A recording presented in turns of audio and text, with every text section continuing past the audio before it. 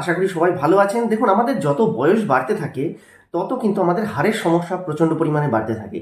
এবার হাড়ের সমস্যা বলতে হাড় আস্তে আস্তে দুর্বল হতে থাকে, কার্যক্ষমতা কমে আসে এবং ভারী কাজ আমরা করতে পারি না, অল্পতেই পরিশ্রম প্রচুর বেশি মনে হয় এবং জয়েন্টে জয়েন্টে ব্যথা বা হাড়ের ব্যথা বা পেশির ব্যথা, যেটাকে আমরা ধরে নিই, সেই জিনিসটা কিন্তু অনুভূত হতে থাকে।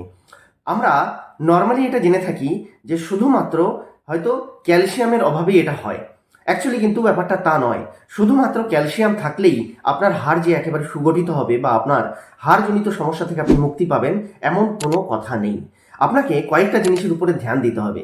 হাড়ের জন্য সবচেয়ে বেশি যে জিনিসগুলো দরকার পড়ে সেই জিনিসগুলো আমাদের কিন্তু জেনে রাখা উচিত। প্রথম হচ্ছে ক্যালসিয়াম, অবশ্যই কোনো সন্দেহ নেই এতে। দ্বিতীয় হচ্ছে ভিটামিন ডি, কারণ ভিটামিন ডি ছাড়া ক্যালসিয়াম কখনোই অবশোষিত হয় না, তাই ভিটামিন ডিটাও আমাদের কিন্তু খেয়াল রাখতে হবে। সঙ্গে আপনাদের পটাশিয়াম, ম্যাগনেসিয়াম এবং ভিটামিন কে এর কোনো স্রোত যদি আপনাদের শরীরে থাকে বা খাদ্য স্রোত থাকে, তাহলে পরেই আপনারা কিন্তু হাড়ের গঠনকে সঠিকভাবে রাখতে পারবেন এবং আপনার হাড়ের যে আপনি মজবুত করতে চাইছেন হাড়কে, সেই জিনিসটা কিন্তু আপনাদের পক্ষে করা সম্ভব হবে।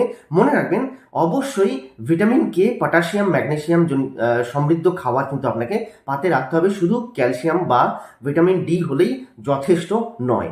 আজকের এই ভিডিওতে আমি আপনাদের জন্য এমন কিছু কথা, এমন কয়েকটা সবজির কথা বলবো যেগুলো অত্যন্ত কম দামে পাওয়া যায়, যেগুলো একেবারে নিম্ন মধ্যবিত্ত পরিবার থেকে আরম্ভ করে আপনারা যে লেভেলেই থাকুন বা আপনাদের পরিবার যতটাই সচ্ছল হোক, আপনারা কিন্তু খুব সহজে খেতে পারেন। এমনিতে দেখুন, সচ্ছল পরিবারে মাছ, মাংস, ডিম, দুধ, পনির এইগুলো প্রায়শই খেতে পারেন বা আপনারা খেয়ে থাকেন, যার জন্য আপনাদের মধ্যে ক্যালসিয়ামজনিত ঘাটতি যেটা, সেটা অনেকটাই কম থাকে। কিন্তু সমস্যাটা হলো, ক্যালসিয়াম বা ভিটামিন ডির স্রোত তো আপনি পেয়ে গেলেন, কিন্তু এই ম্যাগনেসিয়াম, পটাশিয়াম এবং ভিটামিন কে এগুলো কিন্তু সব কিছুতে থাকে না।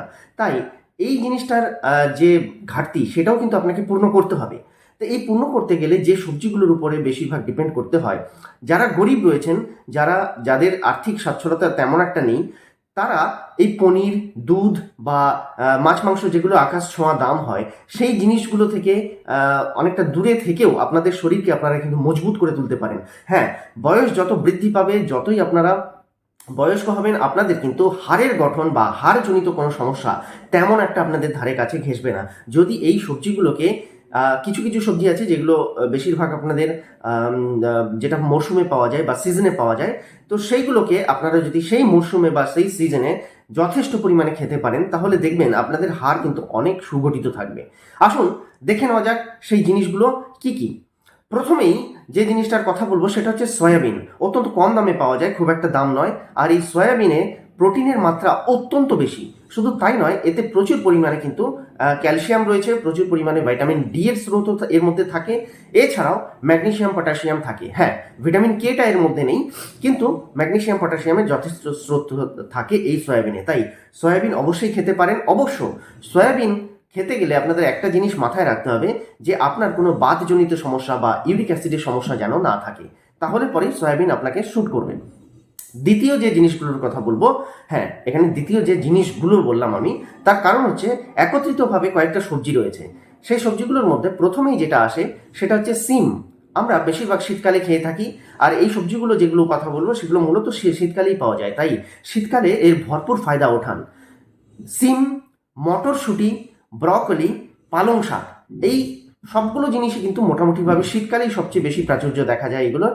তবে এখন স্টোরেজ করে গরমকালেও এগুলোকে বিক্রি করা হয়, তো আপনারা চাইলে সেগুলোও গরমকালেও ইউজ করতে পারেন, এতে কোনো সমস্যা কিন্তু হয় না।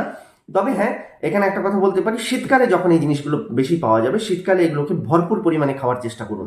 তবে অবশ্যই মনে রাখবেন, বেশি তেল ঝাল মশলা ইউজ না করে যতটা হালকা পাকে রান্না করা যায় ততই ভালো। এরপরে যে সবজিগুলোর কথা বলবো বা যে জিনিসটার কথা বলবো সেটা হচ্ছে আলমন্ড। ঠিক আছে বন্ধুরা, আলমন্ড হয়তো বা একটু দামি মনে হতে পারে আপনার, যে যথেষ্ট দাম এগুলোর, যারা নিম্ন মধ্যবিত্ত পরিবারে রয়েছেন তারা আলমন্ডটাকে একটা আকাশ ছোঁয়া জিনিস ভাবেন। অ্যাকচুয়ালি তেমন একটা ভাবার কিন্তু কোনো কারণ নেই, কারণ আপনাকে এখানে আলমন্ড মুঠো মুঠো খেতে বলা হচ্ছে না। রাত্রেবেলায় মাত্র 5 থেকে 6টা আলমন্ড আপনি ভিজিয়ে রাখবেন, সকালবেলায় উঠে খোসা ছাড়াবেন এবং সেই আলমন্ডটাকে আপনি চিবিয়ে খাবেন। ব্যাস এইটুকুই আপনাকে করতে হবে।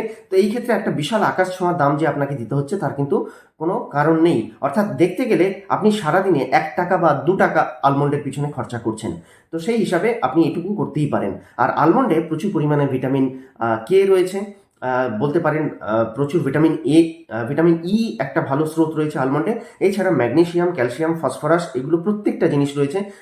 প্রোটিনের একটা খুব ভালো স্রোত এবং অবশ্যই ক্যালসিয়ামের একটা অত্যন্ত ভালো স্রোত কিন্তু এই আলমন্ড। তাই আলমন্ডকে ভিজিয়ে খাওয়ার এভাবে একটা অভ্যেস গড়ে তুলুন। এছাড়া অ্যাকচুয়ালি এটা সবজি নয়, এগুলো হচ্ছে ডাল জাতীয় বা দানা জাতীয় শস্য। কি কি নিতে হবে?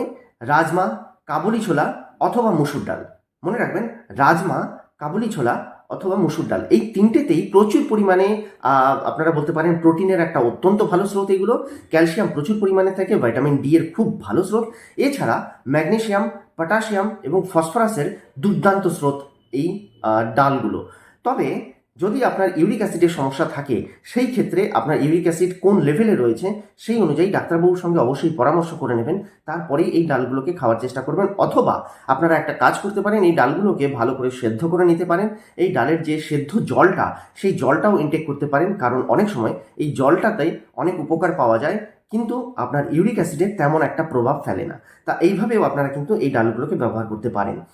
মনে রাখবেন যে শুধুমাত্র ক্যালসিয়াম আর ভিটামিন ডিতেই হাড় ভালো থাকে না, এই জিনিসগুলোকেও সঙ্গে রাখতে হবে। সঙ্গে যদি আপনি পনির খেতে পারেন, দুধ খেতে পারেন, অনেকে দুধের বদহজমের সমস্যা থাকছে, তো সেই ক্ষেত্রে পনির বা ছানা খুব ভালো স্রোত হতে পারে, দই অত্যন্ত ভালো স্রোত হতে পারে।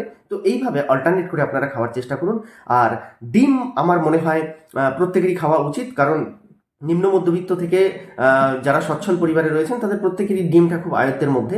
তাই ডিমটা অবশ্যই অন্তত সপ্তাহে ৩ দিন পাতে রাখার চেষ্টা করবেন।